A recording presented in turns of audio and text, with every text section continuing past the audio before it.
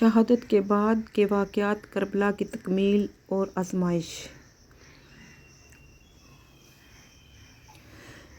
بسم اللہ الرحمن الرحیم۔ ناظرین، 10 محرم 61 ہجری کا سورج غروب ہو چکا تھا۔ کربلا کا میدان خاموش تھا، لیکن یہ خاموشی عام نہیں تھی۔ یہ خاموشی ایک عظیم تاریخ کے ختم ہونے کی نہیں بلکہ ایک نئی تاریخ کے آغاز کی علامت تھی۔ امام حسین رضی اللہ تعالیٰ عنہ اور ان کے وفادار ساتھی اپنی جانوں کا نذرانہ پیش کر چکے تھے۔ میدان کربلا اب شہیداء کے پاکیزہ جسموں سے بھرا ہوا تھا۔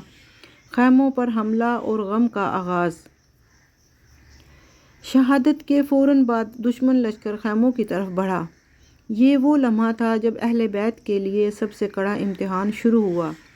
خواتین اور بچے خیموں میں موجود تھے۔ خیموں میں خوف، غم اور بے بسی کا ماحول تھا۔ کچھ روایات میں آتا ہے کہ اہل بیت کے خیموں کو لوٹا گیا اور ان کے سامان کو چھین لیا گیا۔ حضرت زینب کا عظیم کردار۔ اس تمام مشکل وقت میں ایک عظیم شخصیت سامنے آتی ہے، حضرت زینب بنت علی۔ حضرت زینب رضی اللہ تعالیٰ عنہ نے صبر، حوصلے اور استقامت کی وہ مثال قائم کی جو تاریخ میں ہمیشہ زندہ رہے گی۔ وہ اپنے بھائی امام حسین رضی اللہ تعالیٰ عنہ کے مشن کو سمجھتی تھی۔ انہوں نے ہر مشکل گھڑی میں اہل بیت کو سنبھالا۔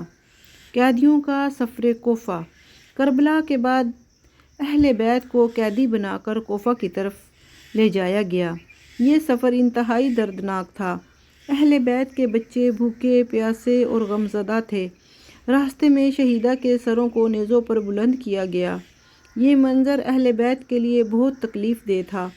کوفہ میں داخلہ اور خطبہ۔ جب قافلہ کوفہ پہنچا تو لوگ حیران تھے۔ بہت سے لوگ رو رہے تھے کیونکہ انہیں احساس ہوا کہ وہ غلط راستے پر تھے۔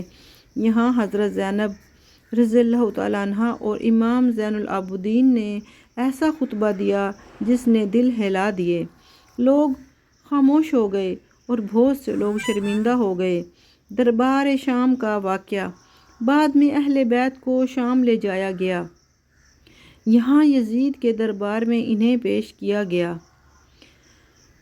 یہ وہ لمحہ تھا جہاں حق اور باطل آمنے سامنے آئے۔ امام زین العابدین نے صبر کے ساتھ اسلام کا پیغام دیا۔ حضرت زینب نے بھی حق اور سچ کا بیان کیا۔ حضرت زینب کا تاریخی خطبہ۔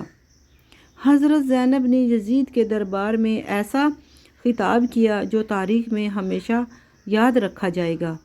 انہوں نے ظلم، جبر اور ناانصافی کے خلاف آواز بلند کی اور وہ واضح کیا کہ کربلا کوئی شکست نہیں تھی بلکہ حق کی فتح تھی۔ کربلا کا اصل پیغام۔ ناظرین، کربلا صرف ایک جنگ نہیں تھی بلکہ ایک درس ہے۔ صبر کا درس ہے، وفاداری کا درس ہے، حق پر قائم رہنے کا درس ہے، ظلم کے خلاف کھڑے ہونے کا درس ہے۔ اختتام۔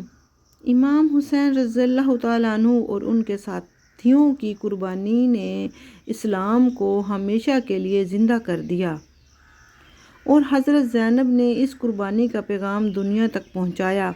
یہی وجہ ہے کہ آج بھی کربلا زندہ ہے اور رہے گا۔